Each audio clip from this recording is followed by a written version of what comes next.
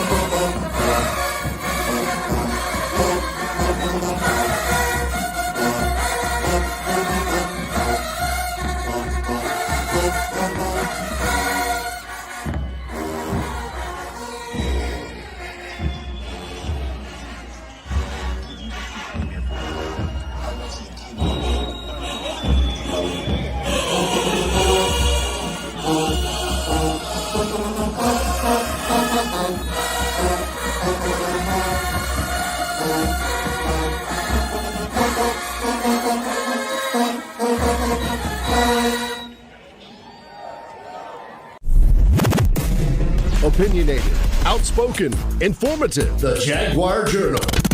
Your source for the latest information on Southern University sports and SWAC athletics. A Baton Rouge sports talk tradition.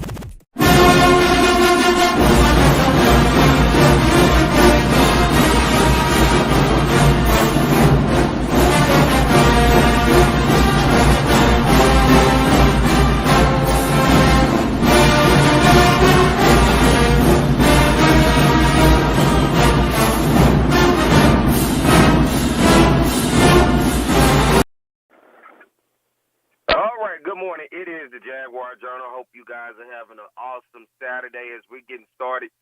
7:09 a.m. I'm Perry White. Good to have you guys with us. Good morning, everybody. Listen on 107.3 FM around the capital city area. Everybody on our YouTube channel, Facebook page. Good to have you guys with us as always, man, as we get things rocking and rolling. You know what it is.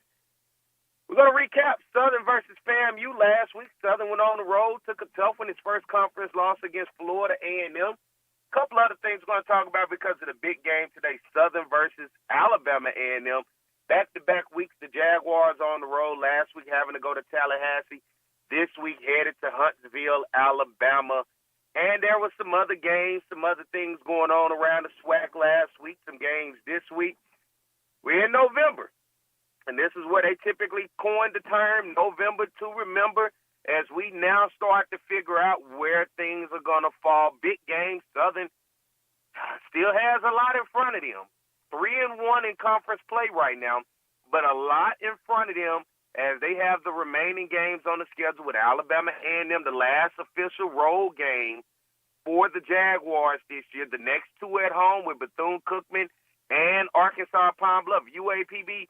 And then before ending it out down in New Orleans against Grambling State. So the season is very much still ahead of Southern University to get it done. But I think right now, if you're a Jaguar fan, you're looking at the losses, right? You're looking at the way that they have looked in the losses. And most importantly, it has been the inconsistency at the quarterback position and looking at this offense not being able to put up points. Let's go back and take a look, right? In Southern's first game against McNeese State, Southern only scored 7 points and had an opportunity to put that game away if it was not for miscues for special teams. Aside from that, let's look against Nicholls State. Nicholls Southern scored 7 in that. You look at this game against Florida A&M, Southern scored 6 in that. It has been tough for the Jaguars offensively this year, talking about putting up points. And they have been trying to figure it out. And I think when you look at the difference between Noah Biden, when you look at the inconsistency, T-Set being the redshirt freshman that he is, has dealt with injury, and then just trying to find his footing. He's a young guy. But I think most importantly, you want to see, can Noah Biden remain consistent? He's made the throws to win the game, as we saw against Texas Southern. He made the plays to keep Southern in the game on the two-point conversion as he was going down to find Quay Davis against Prairie View. You know, he has made some plays at some point that you looked and said, okay, all right, 300 passing yards against Jackson, and he really opened it up in the second half. But it has been the inconsistency in his game that has really affected him. And I think now, as you're starting to see the season turn, he is who he is. We're in November. There's not going to be any changes. There's not going to be anything different. He is who he is, and you hope that with Noah Biden, he can just make the throws out. Looking at the game last week, overthrowing the receivers, man, just not being on page with the guys. And it has been tough for Jaguar fans looking at this offense. And it's just not all on Noah Biden. You also have to look at as well the offensive line, the inconsistency from the offensive line play. The inconsistency from the offensive line play has been there, and Southern has to play a complete game offensively. That's throwing the ball, that's passing the ball, running the ball, and that is the offensive line being able to hold up those run lanes and give the quarterback time in the pocket, which they've given the quarterback time in the pocket. The issue has been on the other side, not being able to get those running lanes consistently for those running backs. So that is what we're going to be discussing today. But we got a very impactful show. We're going to talk about the Bayou Classic today. I also got a very special guest. He's the voice of the Southern University Human Jukebox, my man Darren Beadell. We're going to have him on the show to tell his story, man, because, listen, we all know at Southern, when it's time for halftime, you hear that mic check one, you already know what time it is. On top of, we're going to talk my man Joshua Sims Jr. from HBCU Nightly. We're going to recap the big game over this week, South Carolina State versus North Carolina Central. My man Charlie Neal of HBCU Go TV is going to be on with us as they're going to be covering the Southern Alabama A&M game. And then, of course, we can't talk Southern without my man Jim Klein-Peter from the Advocate. So you guys stay tuned. Go use the bathroom. Go get your coffee. Put up everything. Turn the radio up. Wake everybody up. Let them know it's time for the Jaguar Journal. As we get ready to take a break, we'll be back on the other side. You guys stay tuned. Right back, more of the Jaguar Journal. Danny Johnson, first and foremost, outstanding young man, great character, great young man. Can't say enough about him. Great father. You always see him, hanging around with his son and spending time with his son and his family.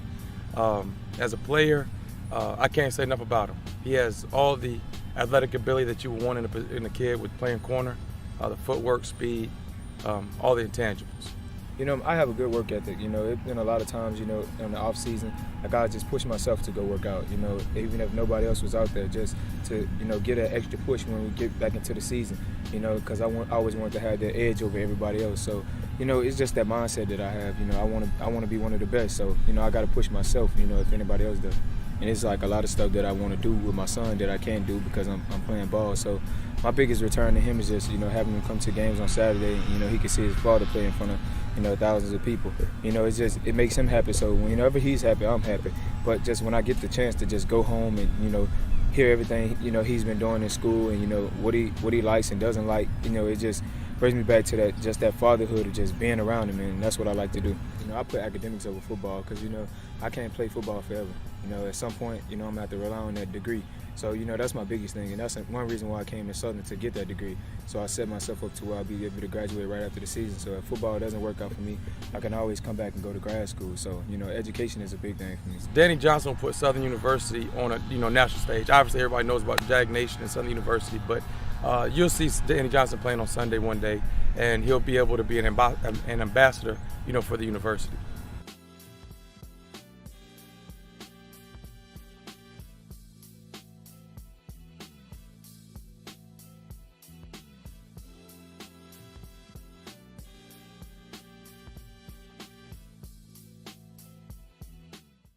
What's going on, everybody? I am Perry White. I'm the host of the Jaguar Journal. I want to make sure that you guys tune in live each and every Saturday morning from 7 a.m. to 9 a.m. on 107.3 FM. We also have our affiliates in Alexandria, Louisiana, as well as down in New Orleans. And if you're not able to catch us on radio live, you can subscribe to our YouTube channel as well as follow us on Facebook. It's the Jaguar Journal.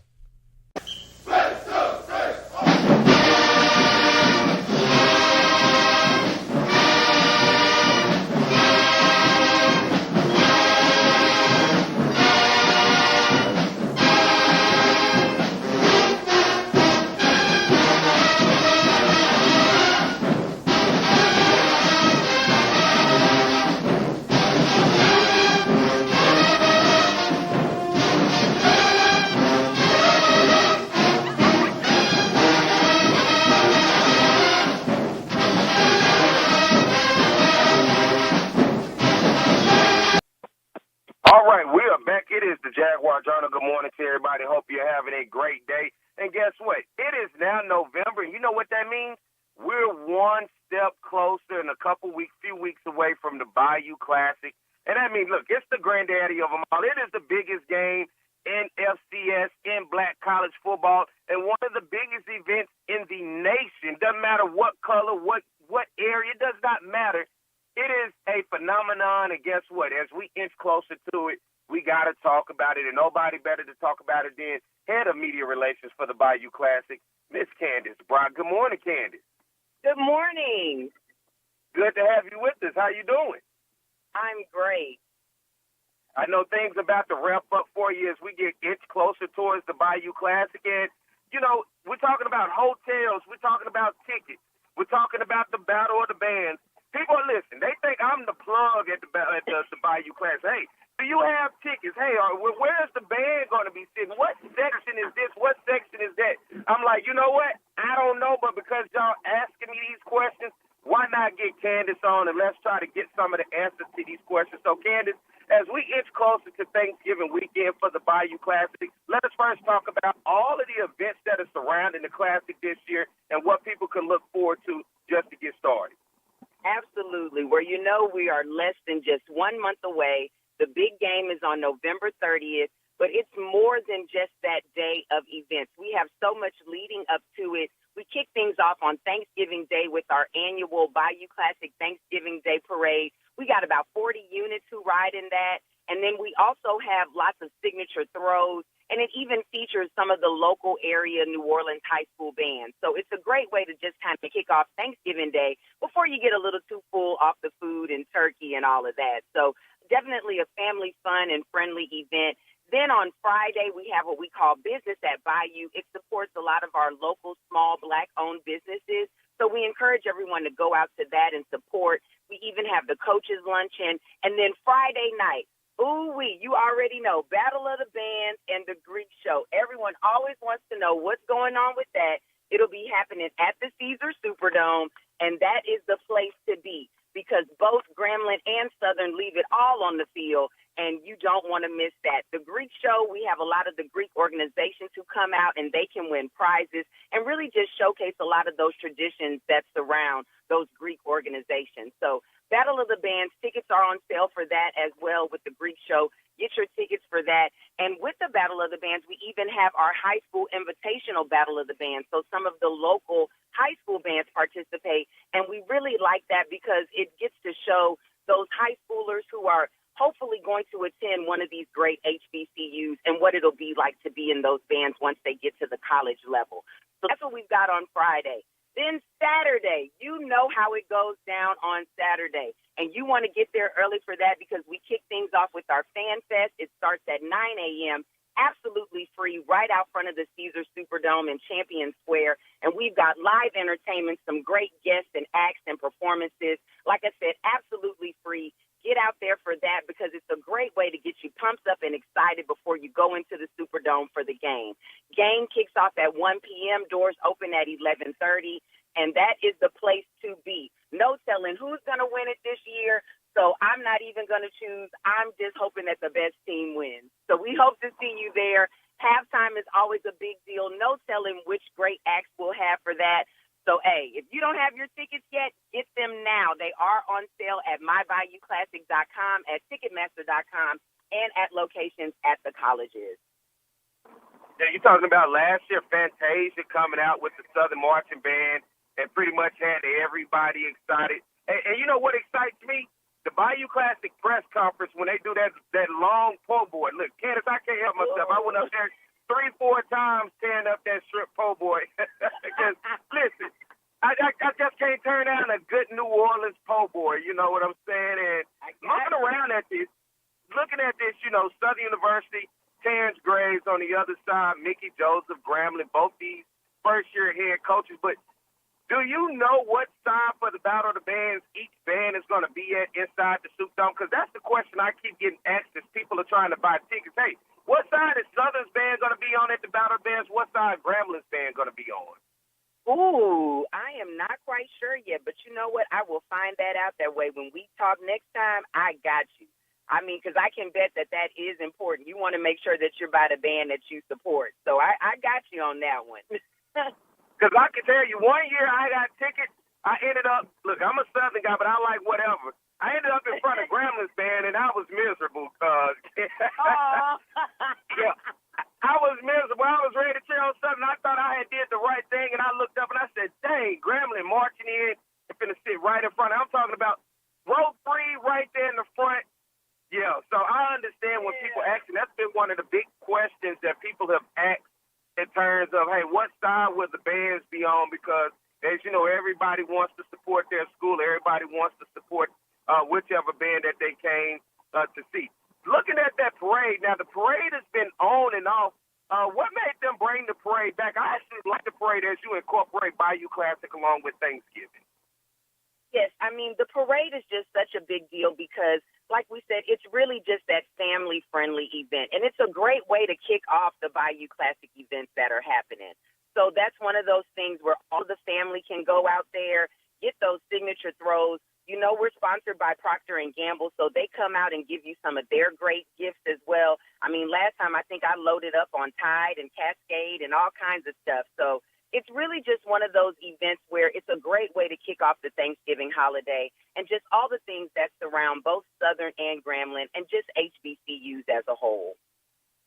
Now, one of the things I like to talk about, Candace, when it comes to the Bayou Classic is to show the economic impact that both Southern and Grambling bring to the city of New Orleans.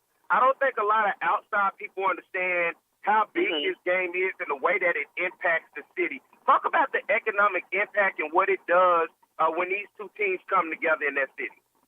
Absolutely. Well, it brings about an estimated 200,000 people to the city of New Orleans, and it has a huge economic impact on the state of Louisiana. We're talking about an estimated $26.5 million for the state of Louisiana and almost over 200 jobs, I mean, including one myself. So we're very grateful for the Bayou Classic and just all that it brings to the state of Louisiana and the economic output that it can have on the state as well.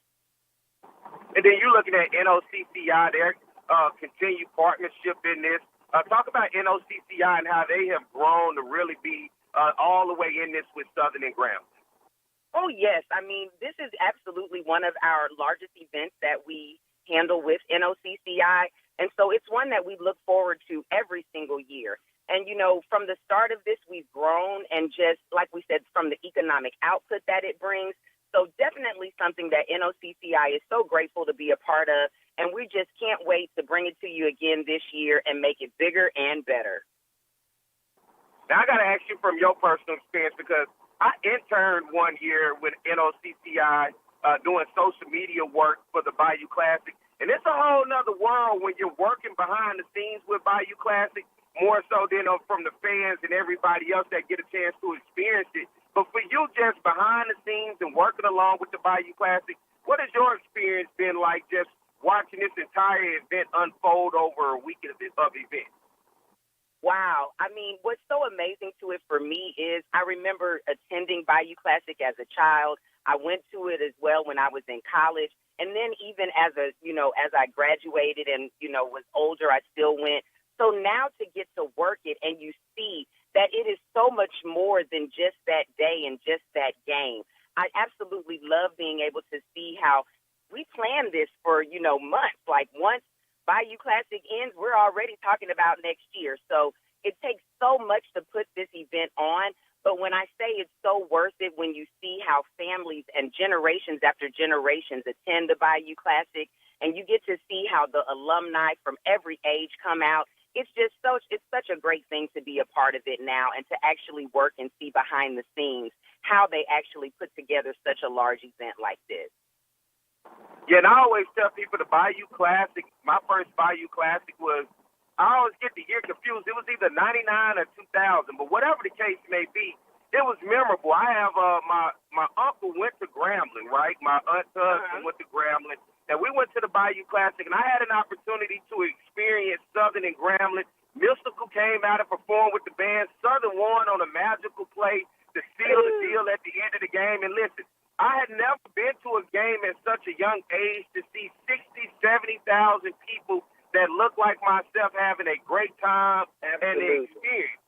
Before that time, as the kids, the parents, and the adults went, you had to stay back and watch it on TV while they were hanging out. So when I got a chance to experience it for myself, and I had a little Kodak film camera. I don't know if you remember that back in the day.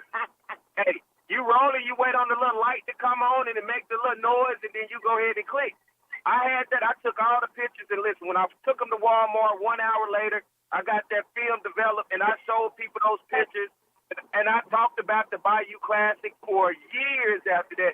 But it was something special about this game, the magical feeling, and because Southern won, and, I was just drawn to Southern, it ultimately is how I became a fan of Southern, how I ended up going to Southern, how I got my degree from Southern. So that's how big this game is, the impact that it can change your life forever. And the Bayou Classic is the one game that changed my life forever, and ultimately why I do the Jaguar Journal, why I cover the SWAC, and ultimately why I ended up graduating from Southern. That's the type of impact that game has when you have young people that come there and get an opportunity to see this and be a part of this amazing event.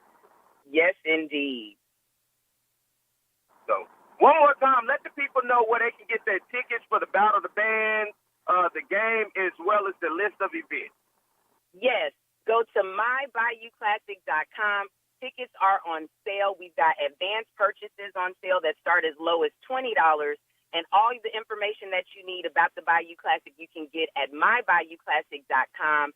And we do have an app, so I encourage you to download the app. If you go to your app store and search Bayou Classic, download that app so it can keep you in the know with all things Bayou Classic.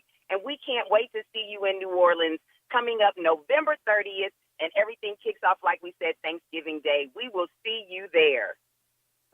Candace, Brock, I appreciate you coming on this morning. Listen, can't wait to be there to eat something on. Are they doing the po' boy again this year? I'm going to go ahead and make sure I mention it for you since I see that's what you're looking for. I want some of that shrimp po' boy, but whatever they have, I know it's going to be all right. So, Candace, once again, thank you for coming on, giving out that information. Hey, as we continue to lead up to the Classic, do not be a stranger. As we're going to keep telling the people, I want to make sure they get all the information that they need, Candace. So thank you for coming on this morning. Thanks for having me. All right, ladies and gentlemen, Candace Brock, head of media relations for the Bayou Classic. Let's get ready to take a break. We'll come back on this side and continue the show. All right, stay tuned. More of the Jaguar Journal. It's On the Yard Sports, and I'm Perry White, and what I need for you to do is go follow and subscribe to our YouTube, Facebook, Instagram, as well as Twitter right now. Talk about offense, we talk about Southern, and it begins with their passing game. Tom, beyond potent, we're talking about high octane, we're talking about fast break, we're talking about 41 points a game, some 500-plus yards since Terrence Levy has taken over this offense. Because that young man doesn't drop any ball. With the legacy that you started here, you got to feel happy to see it continue on with Doug Williams. Ball now back at the 22-yard line. Levy, no pressure at all. Touchdown, Ingram. The Bayou Classic. Levy on a first and goal play. Throws a touchdown. Grambling comes with a blitz. Levy steps in the pocket, and his pass is caught. One-handed grab. Sort of in the middle of the road of the SWAC, but immediately they jump on the Jackson State defense. And here's Levy rolling out. And the pass is caught. Ball is at the 31-yard line. Again, throwing the football downfield. Oh, and his receiver, Hayes, makes the catch. See you later. Touchdown, Southern. If you're going to get, I got some free tickets. Look out for it, brother. Going downfield. Oh, and what a play by Southern. Score. He's played a lot tougher ever since. And this is a free play for Southern. 2nd and 15. It's a free play. Levy completes his It's pass. a free play. Oh, and he's still up. It's a free play. Hayes. Hayes is going to continue running inside the 10, the 5. Unbelievable, Michael Hayes. 3rd down. And 23 for a first. Levy over the middle. Nice pass that time. 2nd and 20. Levy doesn't have to get it all, but he's going to have to pick up some yards. Here he is throwing. Nice catch made. The receiver, Michael Hayes. There he goes. Hayes makes the catch. Hayes still on his feet. Hayes looking for blocking. Hayes trying to find a hole.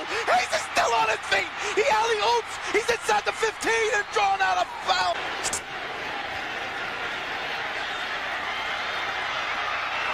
Touchdown. The backfield. Plenty of time for Levy across the middle. Has his man at the 15. You know, I don't know if you want to break the spirit of Terrence Levy or not. Here he wings one wide open down the middle and a one-handed grab made. The way. 3rd down and 4. And here's Lewis off the catch. Lewis still on his feet. And Lewis is streaking down the sideline. Touchdown. So they move back 5 yards. Levy on 3rd down. Looking down the sideline. Yes, sir. Big time play. Guys stepping up like they're going to. All right, we're back. It is the Jaguar Journal. Good morning to everybody out there listening on 107.3 FM across the capital city area. All of our listeners across the nation listening to us on our YouTube and Facebook. Good to have you guys with us. And guess what? I got a very special guest here on the Jaguar Journal this morning. And when you hear his voice, you're going to know exactly who he is. Because for years and years and years and generations after generations, when the Southern University marching band hits the field, you know it's time. As you hear Mike check 1, and nobody better than to say it right here on the air as we get it going, it's Mr. Darren Beadle himself. Good morning, Mr. Darren Beadle. Good morning, Perry. How are you, sir? Now hit me with that Mike check 1 time. Mike check 1. That's it right there. You know when you hear that, man, it's game time and it's halftime. And listen, I have seen you when we done parades in New Orleans, man. I really think you can run for mayor. You can run for governor, man. It's amazing at the amount of people that know you, man. And listen, you're more popular than anybody I've ever seen, especially being down in the city of New Orleans. And that's where you're from, man. Let's talk about your journey coming from New Orleans, man, and how you ended up at Southern University. Well, Perry, my journey was real easy, man. My father marched in the band before me and my uncle, so I didn't have anywhere else to go. Well, I had a place I wanted to go, but he made a decision for me. So it all started at Old Perry Walker. Well, you know, I'm from New Orleans, a little place in Algiers. My graduate from Old Perry Walker Senior High School in New Orleans. And the funny part about this situation, I had a friend of mine that went to Florida A&M the year before me. So I went to visit Florida A&M, man, and I came back and I told my dad, who marched in the jukebox, I said, "Say, Dad, listen, I think I kind of like Florida A&M, man. I had a good experience. I saw what I wanted to see. I think they have a pretty good band." So my dad's response, Perry, was, he said, "Son, that's a good deal, man. But the money I'm going to send is going to be in Baton Rouge, so I don't know how you're going to get it in Tallahassee." The money I'm going to send is going to be in Baton Rouge, so if you want to go to Tallahassee, that's fine, but I'm not paying for it. That's how it go with the parents, man. That's how it go. Absolutely. And I'm grateful for it, man. There's no other place I should have been and wanted to be but Southern University. You get to Southern University, man. Talk about, just school, your experience, and ultimately becoming a member of the Southern University Human Jukebox. My experience at Southern was impeccable, man. I don't think, and I thank God for our HBCUs, and I thank God for Southern University, because they're definitely responsible for molding me into the young man and to the man that I am now. Well, initially getting to Southern, man, you get to meet an icon, Dr. I. Gregg. Dr. Gregg was my dad's band director. So meeting him was awesome, man. So my school experience, I enjoyed the yard. I had a blast. but I knew what I was there for, and I was to get a degree from college. So I ultimately, got my degree from college. I got a master's from Southern University as well. I marched in that band, man. That band was the best experience in my life. It afforded me a whole lot of experiences. It afforded me to meet guys I'm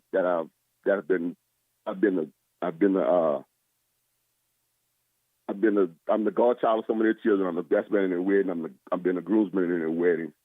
So it was impeccable, Perry, and it was an all around great experience.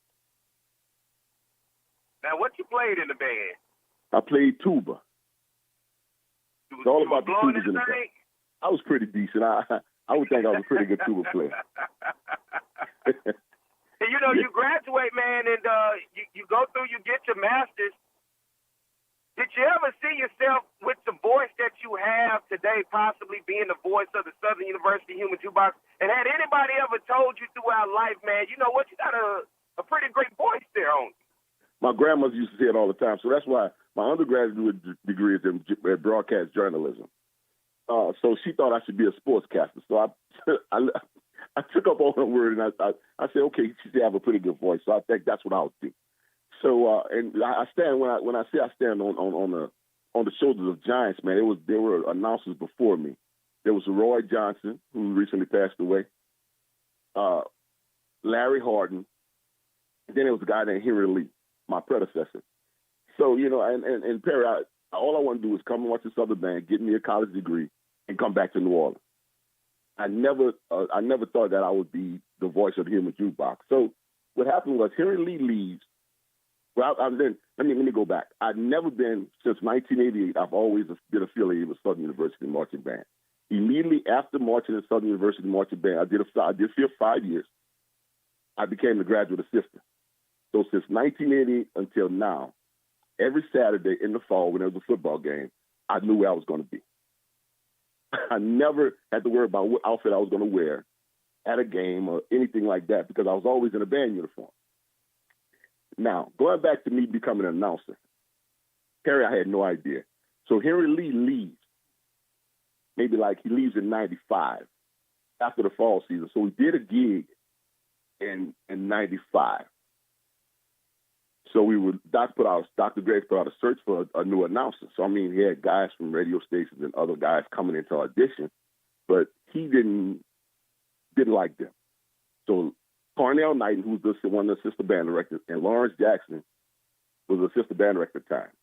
They said, B-Dale, why don't you try to do it? Go ahead, try to do it. We know you can do it. So I did it the first time. And Dr. Gregg said, man, get B-Dale out of here. He sounds like a monotone. So then I went back. They said, man, go ahead, do it right. So, Perry, after that, I did my thing and did what I was supposed to do. And there comes the voice of the Human Jukebox. And what year was this? You said 95? Well, 96 was my official first fall. But 95, we did a performance somewhere, and I actually did the announcement for that. So it would be 95, 96. But you got to tell me about that first one, man. Did it come natural? Was it nerve-wracking? How did you end up starting to come with all of the sayings that you have? Well, I pulled some tidbits from each one of those announcers I said before, added my own twist to it. But the first game, Perry, it was so nerve-wracking, man. And when I went back and I heard the tape, my tempo was off. I was going too fast. Wasn't precise as I am now. So it was nervous. And to be honest with you, right now, Perry, even till this day, I get nervous. I have to go to the restroom before I get on the microphone.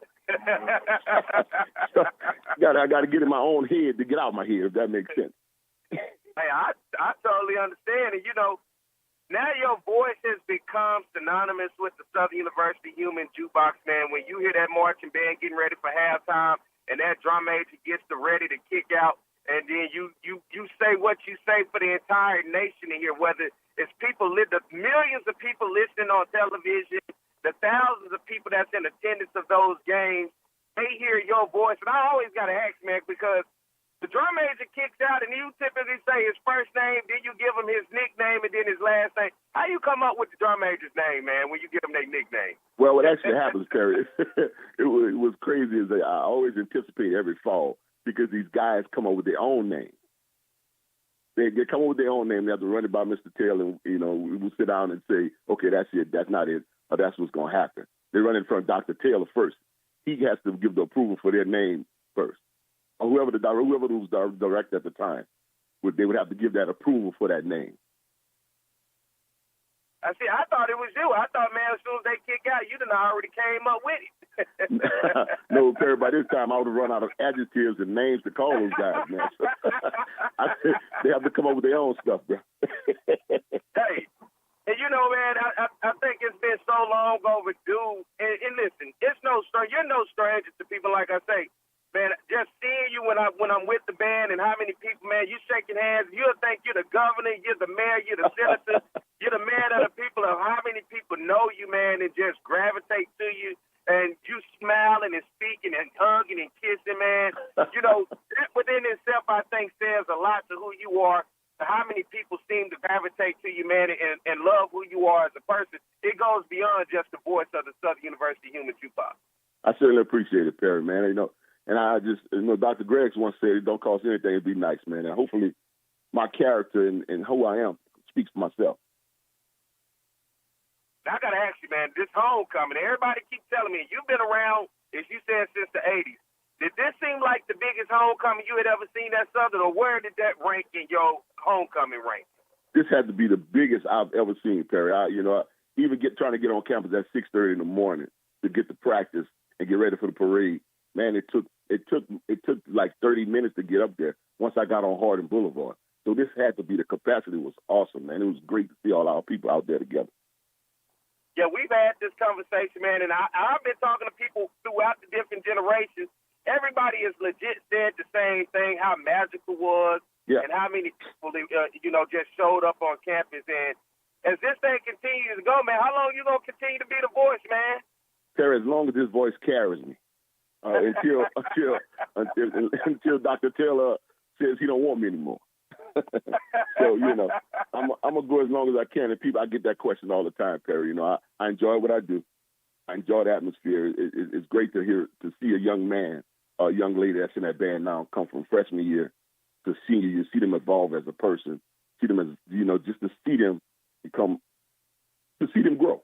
You know, it's great. I don't get tired of that. It was crazy that everybody that's on that staff right now, I remember when they were freshmen.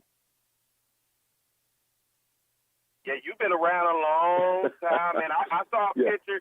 It was you, Knighton, Mr. J, and it was Dr. Greggs, and I think maybe you guys were at Florida A&M or somewhere, but I looked at that picture, then I just look at the evolution of the staff, man, and you right now, you continue to stand the test of time. Yeah, and it's awesome, man. It's good, and I try to import, you know, hopefully I import the knowledge and the professionalism that was handed down to me, man. I've just been around great directors all my life, you know, the Eric Baskins, the Roy Johnson, Dr. Greggs, Cornell Knighton. You know, the list can go on and on, man, but seeing those guys and see how they handled themselves as professionals, it was great to me, and it meant a lot to see how they were dressed, to see how they carried themselves in the public. Man, it was great, man, to see Dr. Greggs navigate. He was a showman.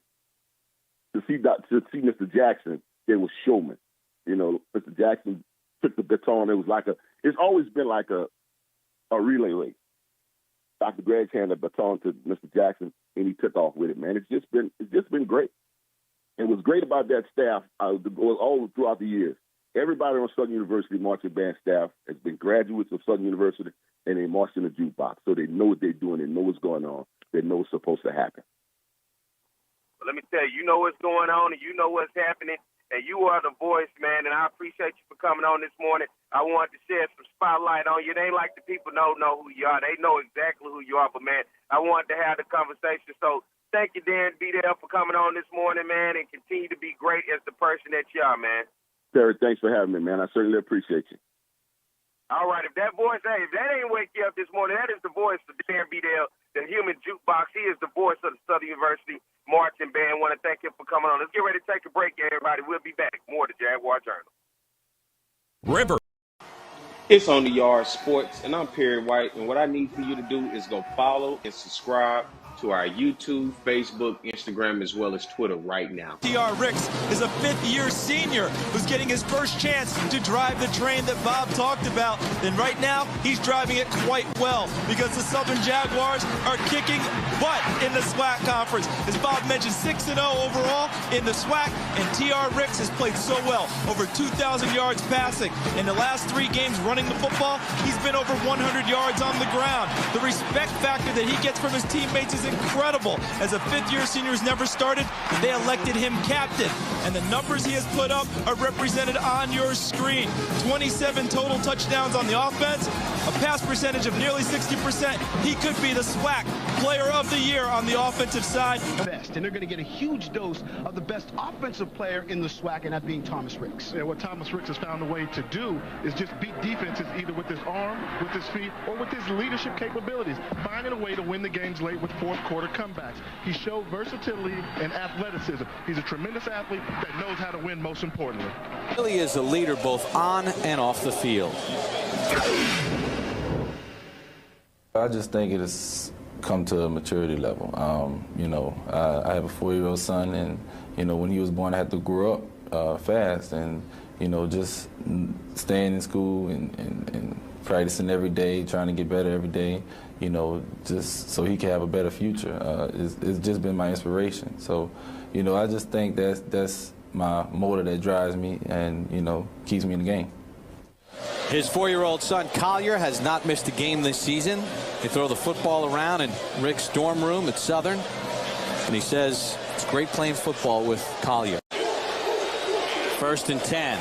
Ricks. He's got Vernon. Vernon makes the catch at the 45. They can run the entire offense with all those guys in the game. Ricks to Vernon. 1st down. Holmes in the backfield. Ricks. 1st down. Gage on the tackle, but not until Ricks picks up the 1st down. 2nd and 7. Ricks. Overstreet's got it. Across midfield. Ricks has a receiver downfield. It's caught for a touchdown. Territory. Ricks fakes the pitch. Gets inside the 15. He's in the type of young men that represent his philosophy in life and in football. Ricks in a shotgun. He's going to run it out to the 10. And 2nd and 11 after the holding penalty. Sidearm toss. And a nice catch. Ricks on the 1st and 10. Little draw play. Takes it outside. He's got the 1st down. But Ricks going to All right, good morning. We are back. It is the Jaguar Journal. Glad to have you guys with us. Good morning. Everybody listening across the capital city area on 107.3 FM. Good morning. Glad to have you. And everybody listening across YouTube and our social media all across the world. Glad to have you. We get the Bronx, New York. We get St. Petersburg, Florida, L.A., Dallas, Chicago. People are all over the place. Good morning to you, no matter what time zone you're in. And as we continue to keep things rolling, man, I got a very special guest, man. He is the host, the owner, the creator of HBCU Nightly. My man, Joshua Sims Sr. Good morning, Josh. My brother Perry, man. How you doing this morning, man? Glad to be back on the show. Glad to be back here, talk a little bit of football, and glad to hear all of the listeners, man, see all the listeners that's checking out the show this morning. Listen, I got to clarify things, because that last time you on, man, for some reason in my mind, I kept saying Joshua Sims Jr., but you're the daddy, man. You're not the son. I'm the daddy. I'm grown. I'm the daddy. I kept saying it after it was over. I said, man, I kept calling him. I said, no, he's senior. So I said, you know what? I'm getting it right today. So Joshua Sims Sr., man, thank you for joining us. Listen, you played football at North Carolina Central for the Eagles, man, and you are a big fan. The same way I love my Jaguars, you love your Eagles. And I think perhaps maybe the game of the year in black college football took place this past Thursday on Halloween night, and it was between the North Carolina Central Eagles taking on the South Carolina State Bulldogs, two teams that know each other well. Trey Oliver, Chennis Berry, Southern fans know them very well. Both former coordinators at Southern University. As Trey Oliver was the defensive coordinator under Coach Dawson Odoms, and Chennis Berry was the offensive coordinator under Coach Dawson Odoms. Both now have their respective programs. Both are in positions of trying to guide their teams into winning a MEAC championship this year. And listen, what a hell of Josh. 24-21, South Carolina State pulls it off. And this was a top 5 matchup of HBCU black college teams for me. As in my poll, I have North Carolina Central number 1, South Carolina State number 3. 24-21 in this one, man, and listen. Hell of a game. If anybody watched this Thursday night on ESPN2, these teams got after it, and South Carolina State got it done. 467 yards of total offense. The Bulldogs racked up 321 in the air, 146 on the ground for the Eagles and Trey Oliver. 268 total yards, 210 in the air, 58 on the ground. And that's where it kind of shocked me, Josh, because Jamari Taylor has been one of the top backs in black college football. Not only that, FCS football, 14 carries, 72 yards for him. And then Walker Harris, who comes in and takes over this program as the quarterback, setback weighted this time, 14 of 24 for 210 yards in this ball game. But I think most importantly, you look on the other side, Eric Phoenix for South Carolina State stepped up big.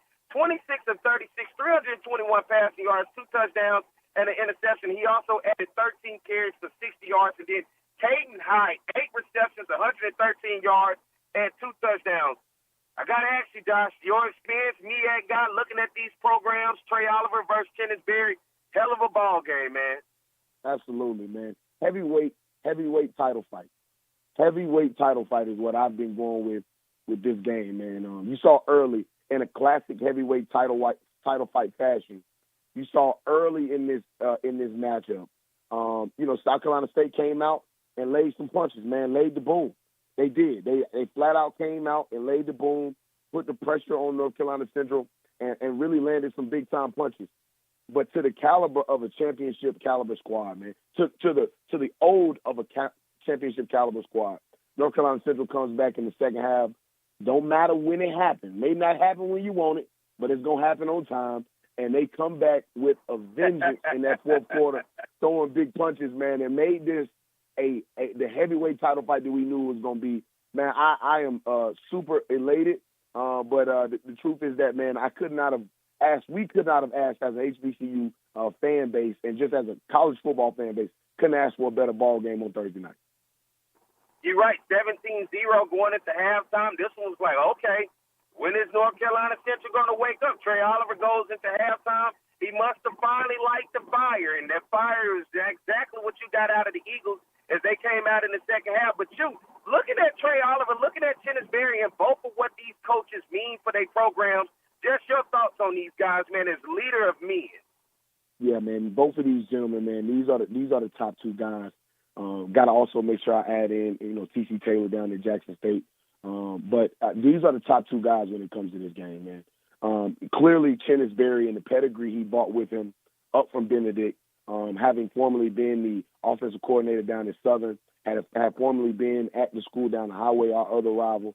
And, man, the guy's pedigree, man, is one of these guys that you talk about who, when he steps into the room, his reputation precedes him. And then Trey Oliver, clearly my OG, my big homie, the guy who I've learned so much just watching and being around, coming back to our alma mater and really representing us the way that he's represented us, man. Phenomenal coach. These are the top 2 guys. And the expectation, P, is that these 2 guys will be the matchup for the foreseeable future. Trey Oliver versus Kenneth Berry, North Carolina Central versus South Carolina State. And don't forget, y'all Bulldogs, y'all got to come to the 919 next year. So all of the hospitality y'all showed us down in Orangeburg, we're going to return the favor and try to take it another level. I knew that was coming because, look, I said I knew it didn't sit well with him when he saw the score when this thing ended. But nonetheless, man, regardless, these are 2 FCS, in my opinion, playoff caliber teams. What's your thoughts with one of these teams? Somebody may go to the Celebration Bowl. Somebody may end up in the FCS playoffs, but still plenty of football to be played, though.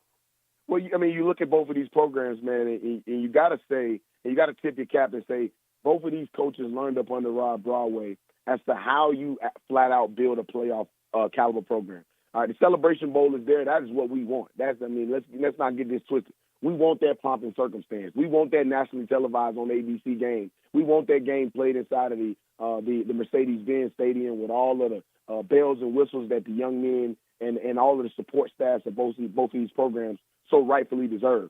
But you get a consolation prize in option number 2 with the FCS playoffs sitting right there. North Carolina Central, who went to the FCS playoffs last year, we saw what that experience looked like. We were in a position this year to be able to go back to the Celebration Bowl where we really want to go. But the ball is now in South Carolina State's hands. But I think North Carolina Central, from a scheduling perspective, has done enough in the out-of-conference scheduling perspective to be able to warrant the conversation for them to make the FCS playoffs. Don't need a little bit of help, P. Let's be honest. They're going to need a little bit of help. A couple teams that's in that FCS top 25 don't need to fall off and get knocked off a little bit. But I believe that when it's all said and done, if South Carolina State continues on the pathway they're going, I see North Carolina Central getting to the FCS playoffs and vice versa, Pete. I expect South Carolina State to be in the FCS top 25 this week, and I expect for them to be knocking on the door, if they don't find a way to finish the right way, knocking on the door of making the FCS playoffs as well.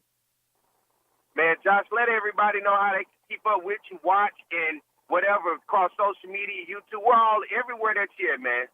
Man, absolute pleasure. First, as I always do, man, I appreciate you letting me come on the show this morning and talk to the listeners, man. I hope you guys have listened to my voice and felt like, man, either that brother's voice is still gone from Thursday night or this brother is down in the bayou trying to get some things done. But go to hbcunitely.com/watch. Check out everything we have there. hbcunitely.com/join. Join the family, and then go to our YouTube channel.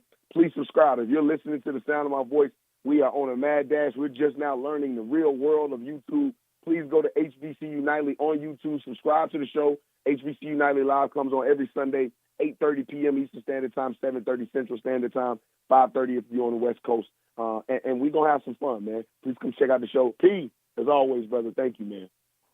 Man, I appreciate you, man. That's the voice of my man Joshua Sims Sr., HBCU Nightly. Hey, we got up against the break. When we come back, man, we're going to have my man Charlie Neal, HBCU Go TV. He's going to talk about the game this week as they're going to be broadcasting Southern versus Alabama A&M. And we're going to go around the SWAC and the MEAC. So you guys stay tuned. We'll be back more to Jaguar Journal.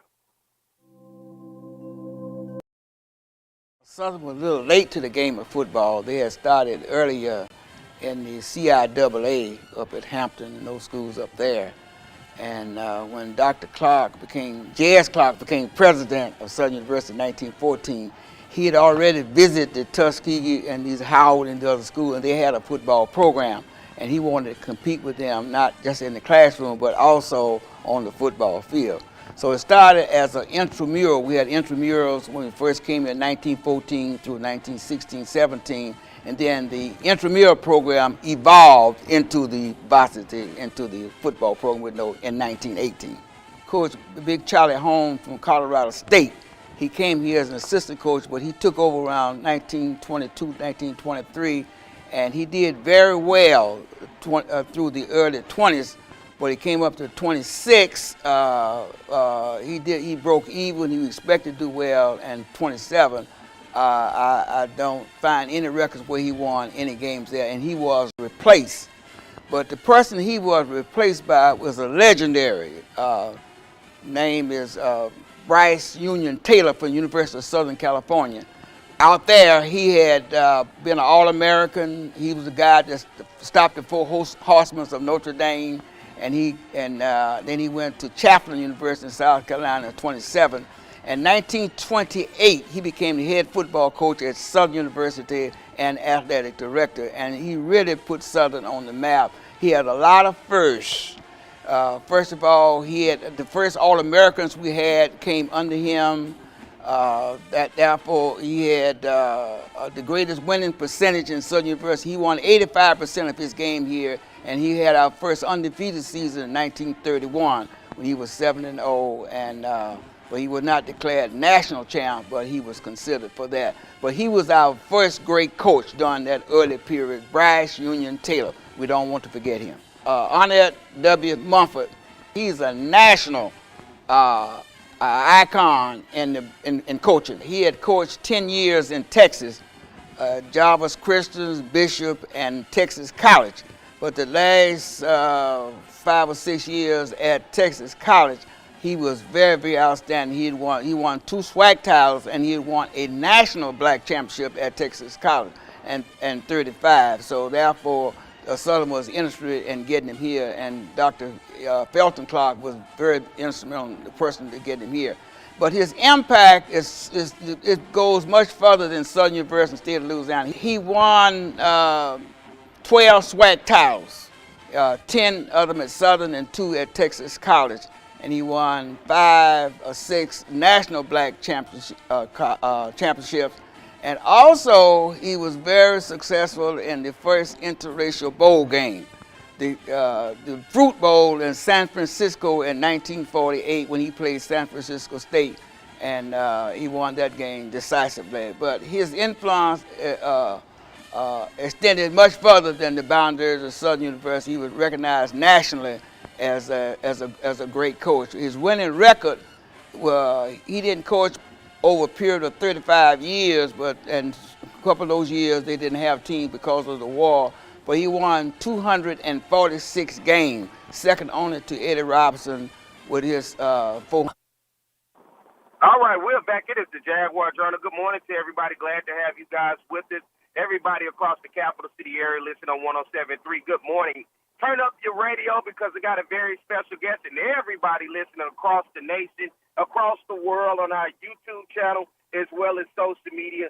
Here's the voice. Listen, we had Darren Bedell, the voice of the Southern University Human Jukebox, but this is another voice that you should know because this is the voice I've heard my entire life, being a lover of black college football in my household and turning on Saturdays and being able to hear my man Charlie Neal, currently with HBCU Go TV. Good morning, Charlie.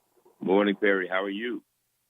Good, man. Listen, I got some great voices. I had Darren Bedell of the Southern University Human Jukebox, man. That's a hell of a voice he has. And then to get this voice on here, man, and listen, the people are in for a treat today. I hear you. Hey, happy belated birthday to you also, man. Well, thank you. Yeah, that was last Monday, and it's another year, another milestone, and just glad to be here to do it.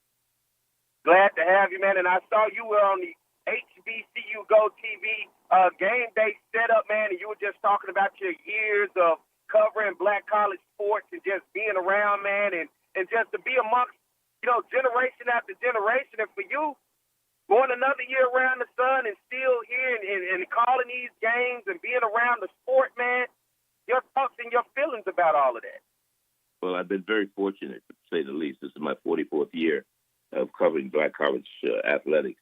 And I get a chance to talk to coaches like Coach Graves and Fred McNair and Willie Totten, who are all part of the Southern University coaching staff. And, Terrence Graves talks about waking up and watching me on Saturdays when he was growing up down in Norfolk, Virginia area.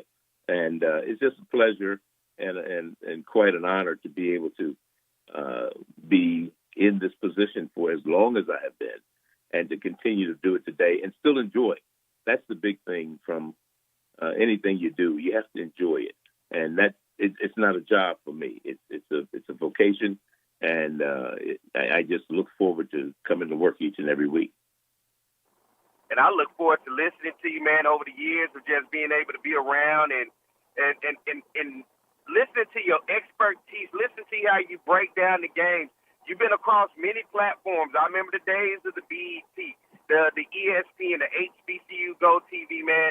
And listen, I think for many people, when we look at black college football, everybody at some point wants to try to have that recreation of what the BET days were. What made it so special about the BET days of being on the scene and bringing that to people across the nation of what HBCU and black college football and the atmosphere with the bands and everything else included in it?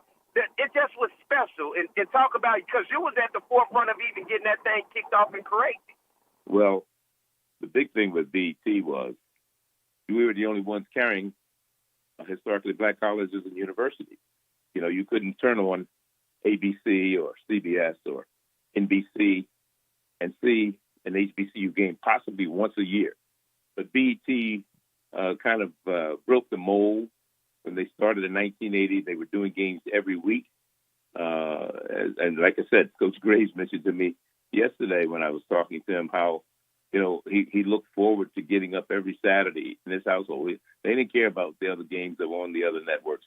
Everybody wanted to see what BET was doing because we brought a unique perspective to the viewing audience. Not only were we showcasing the historically black colleges and universities, but we were also showcasing the halftime shows with the bands, the Battle of the Bands, whether it be the Dancing Dolls or the J-Sets or the whatever school it may be.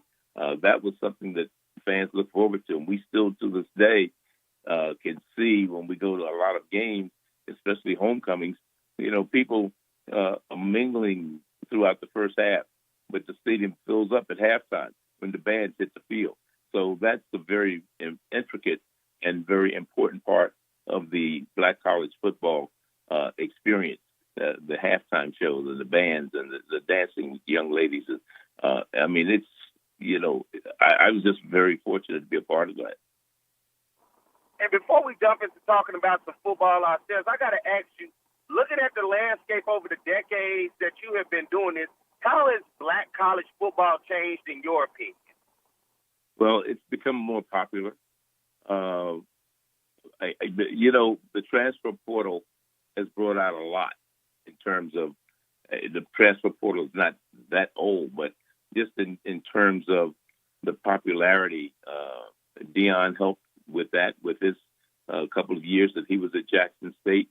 And people are starting to realize, we've always had situations, and you look back over the history of black college football and those who have transcended from the black college and gone on to play at the next level. Grambling, the number of people Eddie Robinson has sent to the pros, Southern University with 3 Pro Football Hall of Famers. Those type of situations have always been there. But now we're not getting the numbers going into the next level because we see that, for example, this past NFL draft, there were no players drafted to play in the NFL, although they do sign free agent agreements, rather. And but again, the fact that the popularity of black college athletics has continued to rise because these players are out there. These kids are doing a great job. I mean, you look at some of the people that you have. I mean, you look at what you have over at Southern University. Kids like Kelby Gibbons, scouts are all over him. There's a kid playing for in the game today named Carson Vincent from Alabama A&M. Scouts are all over him.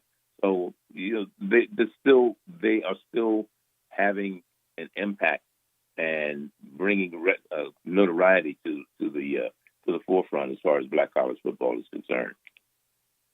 Now, you've been around this year and you've watched plenty of games. And let's start in the SWAC, Charlie, as we recap last week. Week 9, can you believe it? We're already headed into week 10 of football. And it seems like we just got started in week 1. You and I were talking about the outlook of the season, looking at the SWAC, looking at the MEAC. And here we are today in November with a month of football left before we get to the championship season. But we look back last week, it was homecoming in Prairie View. Prairie View gets the victory over Texas A&M Commerce, 34-27. For you, looking at Prairie View, they've struggled this year in conference play. Did come out to really see to be the team that won the SWAC West last year. Yeah, they in fact, it's ironic because when you looked at the preseason poll, Perry, it was Alcorn and Alabama State that were picked to win their divisions to meet in the championship game. Well, right now, Alcorn is a game behind Southern as far as the West is concerned, and Jackson State is sitting on top of the East. So it's going to be very interesting down the stretch. Again, you've got to play it on the field. You can put all you want to on a piece of paper as far as predictions are concerned, but it doesn't matter until you get them between those lines on the field. And that's what's happening right now. You mentioned Prairie View. They're 1-3, 3-5. They did beat Mississippi Valley. They won last week. They played Mississippi Valley. They're at Mississippi Valley today. Yeah, you look at another team. I saw this game last week, Pine Bluff taking on Mississippi Valley. As we know, it's homecoming season. It was USPB's homecoming. And, Charlie, I told him next time you come to town, you're going to call me, and I'm going to get that turkey leg to you up there in that press box. The Golden Lions got it done 35-21, man. Your thoughts on that game with the Golden Lions? They beat Prairie View and now Mississippi Valley. They're 2-2 in conference play. And they play Jackson State today. Could that be an upset? They're 2-2 as far as the conference is concerned. They're sitting tied for second with Texas Southern at 2-2. And again, Coach Alonzo Hampton has done a fantastic job over there. A couple of the games that they've lost, if you look back at their schedule and their the differential between the points between the games that they lost, there were games that they could have really won. And he does a fantastic job. He's one of my favorite coaches. I hate to say that, but one of my favorite coaches in the SWAC. We call it Dr. Feelgood because he's always smiling. He's never down. I mean, so again, that's a team. In fact, we will see them the last game of the season. They actually play Texas Southern down in Pine Bluff. That's November 23rd. I'll be there for that one.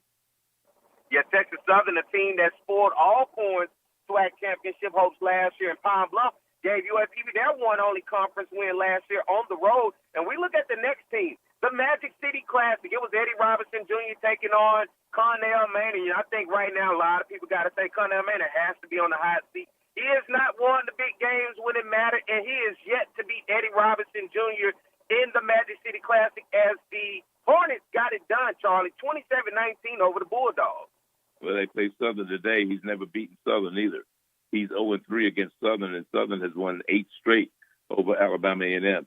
But like you said, I talked to Cornell earlier this week, and I even asked him about the pressure probably being on the hot seat.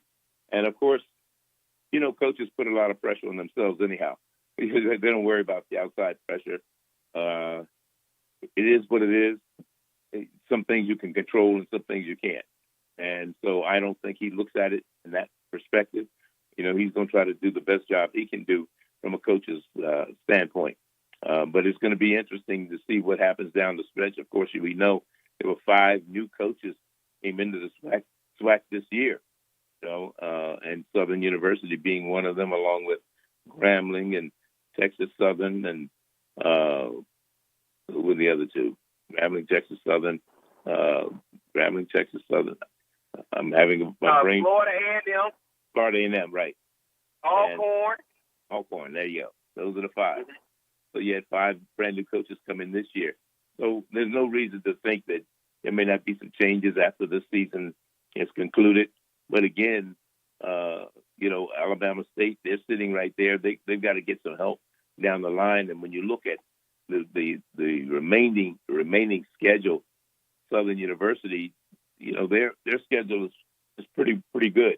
Now they play Bethune-Cookman at home next week, and then I think they close out the season at home against Arkansas Pine Bluff before going to New Orleans for the Bayou Classic against Grambling, where Coach Graves is the only unbeaten coach in the Bayou Classic. Did you know that? Yes, sir. One at Grambling, one at Southern. And no question. And you're talking about Grambling. Let's look at them. Grambling last week. Look, these 2 teams in Grambling and Texas Southern played last week. They started the season off, looked like strong. They were going to be contenders, but since then have fallen off.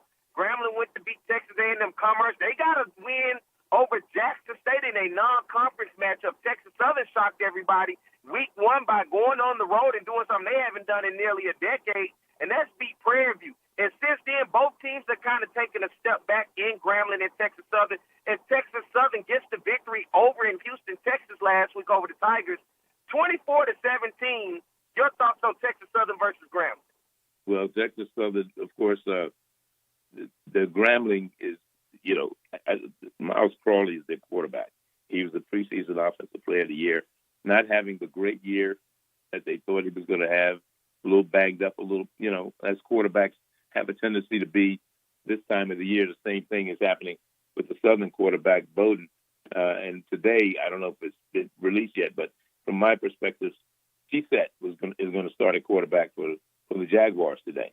So anyway, in case you didn't know. But as far as Texas Southern is concerned, you know, they have a big game today down in Tallahassee against Florida A&M. So again, FAMU has to be careful if they are looking to even have an opportunity to get back to the championship game. But, you know, Texas Southern is one of those teams, Chris Dishman, in his first year, has done a pretty good job. You know, all the first-year coaches, I believe, have done a good job with their teams this year. We talked about the fact that Florida A&M has a first-year head coach. So does Southern University with an Alcorn, you know, Texas Southern and Grambling. All of those are first-year head coaches. They also have made noise in the conference this year. So you can't look at the fact that this is the person's first year coming on campus and they're not going to do well. They have done well. And let's look at the game that you were at last week and that you covered. You were in Daytona Beach. It was Bethune-Cookman's homecoming. They scheduled Jackson State. Jackson struggled early. Bethune came out ready to play early in that game, but Jackson pulls away 37-17. And listen, I'm a huge fan of Irv Mulligan, the running back for Jackson State, man. He took that game over along with the quarterback Jacoby Morgan. You look at Portillion at the wide receiver spot. Jackson State's offense along with their defense seem to really be clicking right now, Charlie. Well, they're the most complete team right now as far as the SWAC is concerned. TC has done a fantastic job. And as far as a Coach of the Year award, TC's got to be one of the front runners in terms of getting that particular award. And they're 4-0 in the conference, 6-2 overall. And like you said, one of the losses was a non-conference game, but they lost it, and he's not very happy about that. But they take on Arkansas Pine Bluff today at home in Jackson, Mississippi. And right now, Jackson State Tigers are sitting in the driver's seat with those 4 games left. 2 home games, that's Arkansas Pine Bluff, and we'll be in Jackson next week when they play Mississippi Valley. But they close out the season. This is where they have to be careful. They're on the road at Alabama State and at Alcorn, down at Lorman, on the reservation.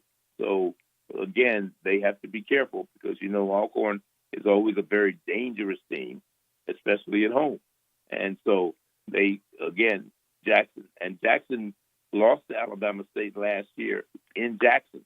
So they're going back to Alabama State week after next, I should say, in 2 weeks, and they'll be playing Alabama State on the road. They close out the season at Alcorn. And, of course, the team you're covering today, you'll have Southern versus Alabama A&M. Southern went on the road to Tallahassee, and we all know Bragg Memorial Stadium is one hell of a tough place to go play at. The Rattlers have not lost in years in that stadium. Their home winning streak continues. And the Jaguars had to find out the hard way. You saw that matchup where you surprised at seeing Southern coming in undefeated, and the Rattlers, who had just come off a road loss at Jackson State just the week before, FAMU able to get it done over Southern 24-6, and Southern's offense struggled heavily in that ball game. Well, when you talk to Coach Graves, he talks about, the mistakes that they made in that particular contest. And, you can't make certain mistakes against teams like Florida A&M and expect to come out on top. And those types of things will raise their ugly head at the wrong time and bite you, where you don't want to be bitten. And that's what happened to them. It's just one of those things. Florida A&M is not invincible. Florida A&M can be beaten. But, again, Southern University just didn't take care of business like they should have. But more importantly, they're still sitting in the driver's seat at 3-1 in the conference and a game lead over Alcorn in the Western Division of the Southwestern Athletic Conference. And with games at Bethune, Pine Bluff, I think if you look at on the record, they may have the easiest 4 games left in this season of all the contending teams right now. Because Alabama A&M, they're 1-2 in the conference. You have the next game is Bethune-Cookman. Bethune-Cookman has struggled all year long. They're 1-3. Their only win was against Mississippi Valley. And then you have Arkansas Pine Bluff. They're playing pretty good. They're 2-2. And then they close out the season against Grambling, who's also 1-3. So again, on paper, and like I said, you can't play on paper, but on paper, Southern University has a pretty good shot at winning the West. Let me ask you this, Charlie, as you look at this Alabama A&M Bulldogs team led by Cornell Maynard, Xavier Langford, their quarterback, Donovan England at the running back position, who I like a lot. He's a back that can get it done for them. But they have struggled this year offensively and defensively. But from your breakdown and your take from talking to Coach Cornell Maynard and your research looking at this team, what do you expect from them today against Southern University? Well, they're going to have to come out and play some good defense. That's number one. That's one of the things Cornell Maynard was talking about. Against Southern University, against Jackson, rather, I should say, they didn't play well in the first half. Gave up, a kickoff return for a touchdown, led by 7, gave up 10 points to special teams. So those are the types of mistakes, they can't afford to make. The team is aware. I like the team that they have. Xavier Langford, he did throw 2 picks last week. That didn't help. But they have a heck of a receiver, a young man named Keenan Hambrick, who had 2 touchdowns last week, and 65 and 31 yards as a receiver. Of course, Donovan Eaglin, he's had a couple 100-yard games this season, 125 against Bethune. Was one of the 100-yard games that he had this year, and that was the homecoming. And we were there for that one. He had 102 against Kentucky State. But Coach says he's not feeling the pressure. He says, one of the things he said to me, he says, if I win 2, the next 2, everybody's saying I'm okay. If I lose 2, they may be looking for a new coach. So, he's aware. He's aware, of the situation that he has.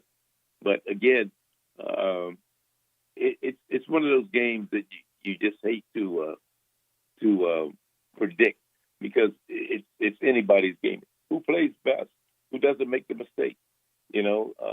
Turnovers and things of this nature. That's very, very important. One of the things that we will do is there's a young man on the team by the name of Medrick Burnett who got hurt, injured last week when they played in Birmingham against Alabama State. He's still in the hospital there. He's from California. He's a freshman transfer from California. Started his career at Grambling. Anyway, we just want to say our prayers to his name is Medrick Burnett, and the players will all have a number 51 on their helmets. That's the number he wore for Alabama A&M. Yes, sir. And listen, I can't let you go before I got to ask you this. Hell of a game between South Carolina State and North Carolina Central. In my latest poll, this was the top 5 matchup. I have South Carolina State as my number 3 team, North Carolina Central at the time, my number 1 team. South Carolina State went on the road at Bragg Memorial Stadium and gave FAMU one hell of a scare early on in the season. They were up 18-7 in the 4th quarter before FAMU found a way to close it out. North Carolina Central has looked strong both in non-conference as well as conference. Both teams have been able to put up a lot of offense. And then they met on Thursday night, Halloween night, South Carolina State pulling it out with Coach Chennis Berry over Coach Trey Oliver. Your thoughts on that hell of a matchup between 2 hell of a coaches and 2 hell of a programs, Charlie? It was a great game. I got a chance. In fact, I had just flown into Huntsville and got to the hotel just in time, just when it came on. And I watched the whole game, and I'll tell you, I was very impressed. I know what North Carolina Central brought to the table. It was the first opportunity I've had a chance to see South Carolina State play this year. But again, a lot of their success has to be put on the shoulders of Chennis Berry. The way he's turned things around, or coming in as a first-year head coach in a Division I program, I should say, FCS program, and coming in and doing one heck of a job. It was a heck of a game. Trey Oliver, he got beside himself as the officials toward the end of the game and drew a unsportsmanlike conduct penalty. But, I understand the heat of the moment. You're trying to stay unbeaten. You're, one of the teams is picked to win the conference. South Carolina State was not picked to win the conference. And our HBCU Go top 10 poll this week, North Carolina Central, they've been number 1 basically with us all season long. FAMU dropped down to 4th, and we had South Carolina State 6th coming into this week's game. But again, 6? Come on, Charlie. How did South Carolina be at 6? Well, I had Jackson State in 2nd. Who do you have second? I had Jackson State as number 2. I had South Carolina State at number 3. I had Tennessee State at number 4 and FAMU at number 5 this week. Well, ours was North Carolina Central 1, Jackson State 2, Tennessee State 3, FAMU 4, Hampton 5. See, people forget about Hampton, and then South Carolina 6. Yeah, Hampton has a big game today against Villanova. I'm interested to see that one as they whooped up on Elon last week. And then Tennessee State with the Ohio Valley on conference on the line today, taking on UT Martin. Those are 2 programs I like headed in the right direction as well. No question. So that's the way it goes. Of course, South Carolina State, by virtue of their victory over North Carolina Central, will move up. Now, who's going to be number 1? If North Carolina Central was 1 last week, who's your number 1 next week? I'd say probably if Jackson State wins, they probably move into the number 1 spot.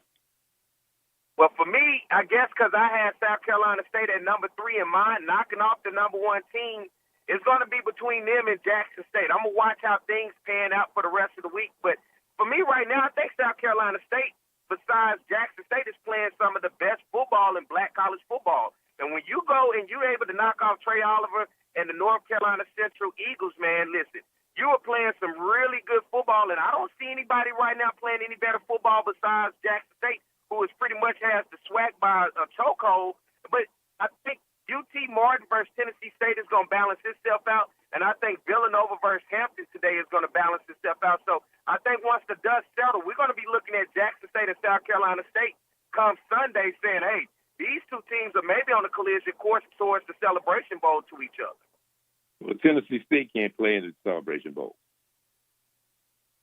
Jackson State can. Did I say Jackson State, excuse me, not Tennessee State. Jackson State versus South Carolina State. Now, Tennessee State is going to be on the line of maybe looking for an FCS playoff if they can get past UT Martin today and maybe getting that Ohio Valley Conference victory. You're looking at Hampton, who's building a strong case for themselves over in the CAA also. And then I think whoever lost this game between South Carolina State and North Carolina, one of those teams are going to also be looking at possibly getting a bid to the FCS playoffs. So you're going to have maybe more opportunities for HBCUs knocking at the door of the FCS playoffs than we've seen in a while. But I think, like I said, when the dust settles, you're going to be looking at South Carolina State and Jackson State maybe on a collision course towards that Celebration Bowl. But there's still plenty of football, as you said. Jackson State still has Alabama State, who beat them last year on the schedule, and Alcorn, who beat them. Well, that's very true. They're going to be waiting in the wings saying, hey, don't forget about us. Well, you can't forget about them. And when you look back at the Celebration Bowl, when was the last time South Carolina State was in the Celebration Bowl? A few years ago with Buddy Pugh, they beat Jackson State. There you go. I just brought that up. Well, Charlie, man, it could very well happen again.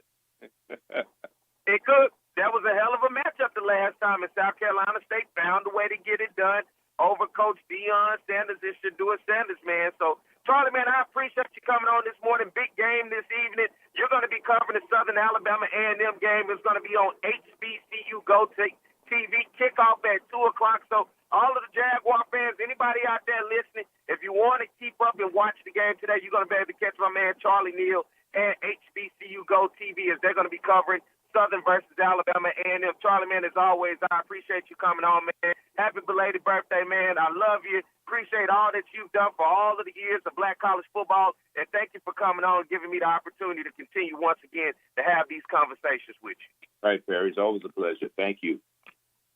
All right, ladies and gentlemen, my man Charlie Neal, HBCU Go TV. Let's get ready to take a break. We come back on the other side. We're going to keep this thing rocking and rolling, all right? Stay tuned. More to Jaguar Journal. It's On the Yard Sports, and I'm Perry White, and what I need for you to do is go follow and subscribe to our YouTube, Facebook, Instagram, as well as Twitter right now. For the first time in the 79-year history of the Southwestern Athletic Conference Elite Championship game determines the overall champion today. Live from Legion Field in Birmingham, Alabama, it's the champions of the East, Jackson State, taking on Southern, the champs from the West.